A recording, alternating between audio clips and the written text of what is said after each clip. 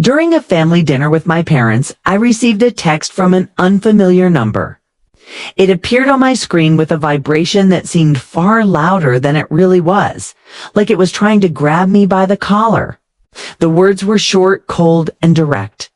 Get up and leave now. Don't say anything to your parents. I stared at it longer than necessary, trying to tell myself it was just some wrong number, some accidental message that wasn't meant for me. But something inside me, something instinctive and primal, told me otherwise. The words felt deliberate. I didn't even know who had sent them, but the way they were written, no emojis, no casual tone, no softness, sounded like someone who was serious, maybe even desperate. It didn't feel like a prank. It didn't feel like a scam. It felt like a warning. I didn't obey right away. But those words sank into my chest like stones dropped into deep water. The strangest thing was how ordinary everything felt. Just before that text arrived, the house smelled faintly of roasted chicken and garlic potatoes. The sound of a knife tapping against a cutting board drifted from the kitchen. And my mom's voice had that breezy sing-song quality she always used when she wanted everyone to think things were cheerful. There was nothing dramatic about the scene, nothing that screamed danger. It was, in fact, painfully normal. And yet, the most dangerous traps are often the ones hidden under the cover of normalcy. When life looks safe, when the people you're with are the ones who raised you, it's the ones who taught you to cross the street, you don't expect danger. You let your guard down. That's when it finds you. I walked inside, hanging my jacket by the door like I had 100 times before. My mom called out from the kitchen, her voice warm, inviting, rehearsed. We're just about to eat. Come on in. For a second, I could almost pretend this was what family was supposed to feel like. She sounded like she cared, like we were close. But deep down, I knew we weren't. It felt like a performance. And I was just another actor in the scene. My dad was at the table already, sitting stiffly in his chair. When I walked in, he stood up slowly, hesitating for half a second, as if he was unsure whether we were the kind of family who hugged or the kind who just nodded. In the end, we just nodded. That was us, polite, distant, functional. No warmth. Just the bare minimum acknowledgement that we occupied the same space. My sister was already at the table, eyes glued to her phone, thumbs moving with practiced rhythm as she scrolled. She didn't bother with much more than a quick glance up, long enough to let me know she'd seen me, then back to her glowing screen. She carried that perfected teenage disinterest into adulthood. An art of dismissing the world around her as unimportant compared to whatever lived on the phone. In her hands, My seat was waiting for me. Pulled out neatly like they had expected me after all. At my place, a glass was already filled cranberry juice. Not wine, not soda, not anything festive, just cranberry juice. The same drink I'd loved as a child. It was such a small detail, but it made me pause.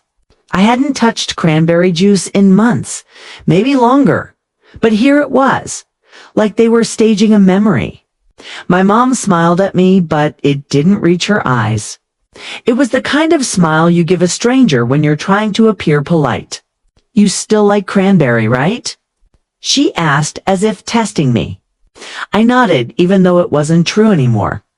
I didn't care for it now, but it wasn't worth correcting her. Not here. Not tonight. The meal was served. Roasted chicken, potatoes, and green beans. Plain, simple, exactly what my dad liked to pretend he enjoyed. The conversation was just as plain. Questions about work, traffic, the weather, whether I was still in the same apartment. Nothing sharp, nothing emotional. Just the kind of breezy small talk families use when they're pretending everything's fine. I played along. I smiled when appropriate. Laughed quietly when my sister told some story about a coworker who got stuck in the revolving door at her office. Not because it was funny, but because I knew my role. I was the quiet one, The reliable one. The one who didn't stir conflict. Then my phone buzzed again. A second vibration under the table. I didn't even think before checking it. Another message from the same unknown number. Get up and leave now. Don't say anything to your parents. The same message, word for word. My heart skipped. I glanced around the table. My mom was listening to my dad complain about road construction, nodding at all the right moments. My sister was chewing absent-mindedly, scrolling through her phone with her free hand. No one was watching me. The room looked normal. To normal, I excused myself casually, sliding my chair back with a quiet scrape against the hardwood. Just need to use the bathroom, I said. No one looked up. No one asked questions. It was as if I hadn't spoken at all. That silence, that total indifference, somehow unnerved me more than anything else. I went upstairs, choosing the bathroom on the second floor because I knew it was the only one with a lock that worked smoothly. I sat on the edge of the bathtub, the phone heavy in my hand. My pulse was pounding in my ears as I dialed back the number. It rang once, and then a voice answered. You're still there. The voice was male, quiet, urgent. Who is this? I demanded, keeping my voice low. It's Mark, the voice replied. Mark, my sister's boyfriend, or maybe ex-boyfriend. It was hard to keep up with her relationships. What the hell is going on? I asked, gripping the phone tighter. You need to leave, he said quickly, his voice sharp with tension. Just get up. Walk out. Don't drink anything. Don't eat anything. Just go. I swallowed hard, my eyes drifting toward the memory of that glass of cranberry juice waiting for me downstairs. Why? Don't drink the juice, he said flatly. My mouth went dry. I hadn't touched it. Not yet. Why not? What's in it? I can't explain right now. Just trust me, please. His voice cracked slightly, a tone of desperation bleeding through. What is this? I pressed. Why are you even what's going on? Silence stretched on the line for a second too long. Then he whispered, please, just get out of there. Don't argue. Don't wait. Just go. I'm not moving until you tell me why. My voice was sharper now. Though my chest felt tight with fear, he finally said something. Low and urgent, words that I couldn't unhear once they were spoken. I didn't respond. I just sat there in that upstairs bathroom, staring at the tiles, feeling their coldness seep through my clothes as I sat still. The choice was in front of me. I already knew which one I'd made. I stayed frozen in that upstairs bathroom, staring at the pale tiles like they could give me answers. Mark's words kept echoing in my mind. Don't drink the juice. It seemed absurd, almost laughable, except for the way he had said it. There was no hesitation in his tone, no joking edge. It was a warning from someone who knew something I didn't, and that made it far more terrifying than anything else. I could still hear the muffled sounds of my family downstairs, the clinking of cutlery against plates. The rise and fall of my father's voice as he talked about something trivial. They sounded normal, perfectly normal. But suddenly, normal felt like the scariest disguise of all. I thought about Mark. I hadn't spoken to him much before, but he'd always struck me as watchful, quiet, the kind of person who noticed things other people overlooked. My sister had always brushed him off as paranoid when she talked about him, rolling her eyes at his concerns about safety or privacy. Maybe she thought his cautiousness was boring. But now, remembering his expression the last time I'd seen him serious, a little intense, I wondered if that so-called paranoia had just saved me. My phone buzzed again. Another message flashing across the screen. If you can't leave, stall. Don't eat. Don't drink. Watch them carefully. My stomach knotted. I didn't want to believe it, but the warning burrowed deeper inside me, making me see the evening in a different light. The glass of cranberry juice wasn't just a drink anymore. It was a symbol of something dark, something hidden right in front of me. I splashed cold water on my face, trying to calm myself, trying to make it look like I had actually gone to the bathroom for a reason. When I finally went back downstairs, I kept my expression as neutral as I could. My chair was waiting, and so was that untouched glass of juice. My mother looked up briefly, her lips pressed into that small, polite smile again. My father didn't even glance my way. My sister was still scrolling her phone, though I noticed something in her posture she wasn't really reading. Her eyes flickered upward every few seconds, like she was waiting for something. Or maybe someone. I sat down slowly, folding my hands in my lap, pretending to listen to my dad's story about a traffic jam. Every detail of the room suddenly felt sharper. The way the juice caught the light from the chandelier. The faint clink of my sister's spoon against her plate. The way my mom's gaze lingered on me a moment too long before shifting away. My chest tightened and my mind kept whispering Mark's warning. When my dad asked why I wasn't eating, I forced a smile. I had a late lunch. I'm not too hungry. He grunted, not pressing, but I saw a flicker in my mom's eyes. Just a flicker, gone too quickly to pin down. But enough to chill me. The conversation droned on around me, but I was no longer part of it. I was watching, studying, trying to see what was real and what was staged. My sister laughed at something on her phone, but her laughter felt hollow, empty. Like she was trying too hard to seem distracted. My mom kept asking me little questions about work, about friends, but her tone was careful. Measured, as though each question was designed to keep me calm, to keep me from noticing something else. And then there was that glass sitting there, waiting, untouched. Minutes felt like hours. I didn't dare take a sip, and every time my mother's gaze flicked toward the glass, it confirmed what I already knew. Mark hadn't been lying. Finally, I excused myself again. This time, I didn't go upstairs.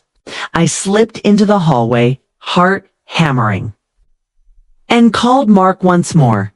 "They know you haven't touched it," he said the moment he picked up. His voice was urgent, more desperate than before. "You don't have much time. Please, you need to leave now." I swallowed hard, glancing back toward the dining room where their voices floated in muffled tones. "What's in it, Mark? Tell me the truth." Silence. Then he exhaled sharply. "They've been planning something. I don't know everything, but I overheard enough. Your sister told your mom. They wanted to get rid of a problem. I didn't know what she meant until I saw her talking about the dinner tonight. And when I saw the bottles in their kitchen earlier," he broke off, his breath uneven. "I don't think they want you to leave this house alive." My blood went cold. My hands started shaking, the phone slippery in my grip. My own family. My parents, my sister. I wanted to deny it, to laugh it off, to say he was insane. But the pit in my stomach told me otherwise. Everything about tonight had been too carefully arranged, too forced, too controlled. I whispered, "If I just walk out, they'll know something's wrong." "Then don't walk out," he said. "Run."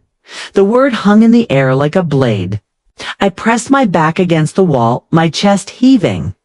For a second, I thought about sitting back down, pretending none of this was happening. But then I remembered my mother's lingering gaze, my sister's fake laughter, my father's stiff silence. I remembered that glass of cranberry juice, waiting like a trap. I didn't give myself time to think anymore. I slipped toward the front door, moving as quietly as I could, praying the hinges wouldn't squeal. My hand closed around the doorknob, cold metal against clammy skin, and I twisted. The door gave way with a soft click. "Where are you going?" My mother's voice cut through the air, sharp, sudden, too close. I froze. Slowly, I turned. She was standing in the hallway, her smile gone, her expression unreadable. My father appeared behind her, his face a mask of irritation. My sister stayed in the dining room, but her eyes were locked on me now, no longer pretending to scroll her phone. I forced my voice to stay steady. I just need some air. My mom tilted her head, her eyes narrowing. Stay? We're not finished. Every instinct screamed at me to run. And I did. I yanked the door open and bolted into the night, the cool air hitting my face like freedom. I didn't look back. I didn't stop running until I reached the end of the block, my lungs burning, my legs trembling. My phone buzzed again. Another message from Mark. Keep running. Don't ever go back. I collapsed onto the curb, gasping, my mind reeling. The home I thought I knew. The people who were supposed to love me unconditionally had turned into strangers worse than strangers.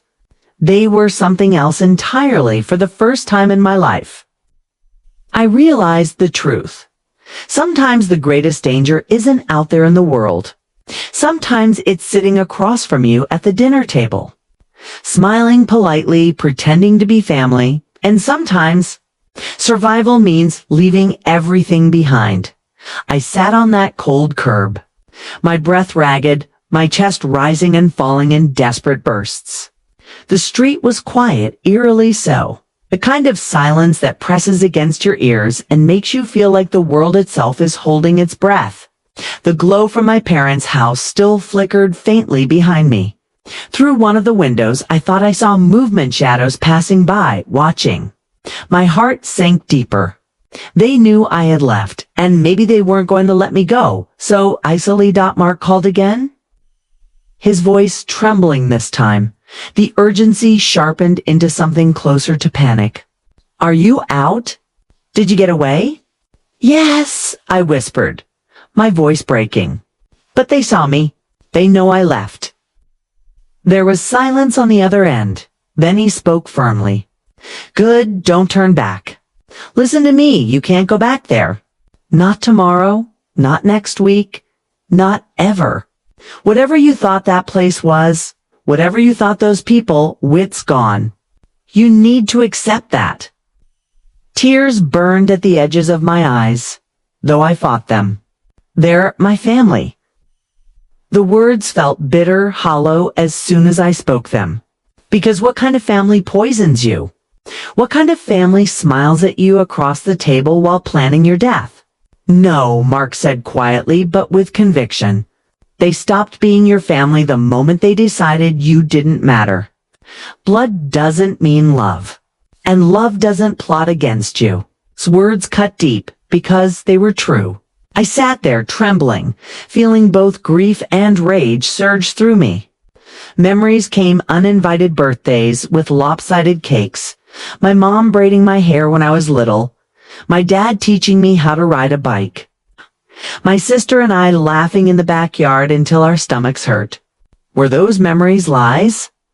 Or had those people slowly twisted into something unrecognizable over time? Maybe both. Maybe the scariest part was that I'd never really know when they stopped being family and became danger. A car drove by slowly, its headlights sweeping across the pavement. I flinched, fearing it was them that they had followed. But the car passed, leaving me in the dark again. My body shook, both from the night air and from the storm inside me. I don't know where to go. I admitted finally, my voice barely more than a whisper. You'll stay with me, Mark said firmly. Just for tonight. Then we'll figure it out. You're not alone in this. I won't let them touch you. I closed my eyes, clutching the phone to my ear. For the first time that night, a flicker of safety stirred inside me, not comfort, not peace, but the fragile sense that I wasn't entirely abandoned. That maybe, just maybe, someone was still on my side as I walked away from the house that had raised me. Each step felt like leaving behind not just a home, but a version of myself I could never return to. The obedient child, The dutiful sibling, the one who sat quietly and accepted whatever was given, that person was gone. What remained was someone different. Someone who had looked danger in the eyes across a dinner table and chosen survival instead. I didn't know what tomorrow would bring, or how I would rebuild from this. But one truth settled deep in my chest. Family isn't always who shares your blood. Sometimes it's the person who warns you, the one who believes you, the one who helps you run, and sometimes saving yourself means closing the door on the people you thought you could never live without. That night, as the house disappeared behind me and the darkness swallowed me whole, I made a vow. I would never be the victim they had tried to make me. I would live, and I would never ever go back.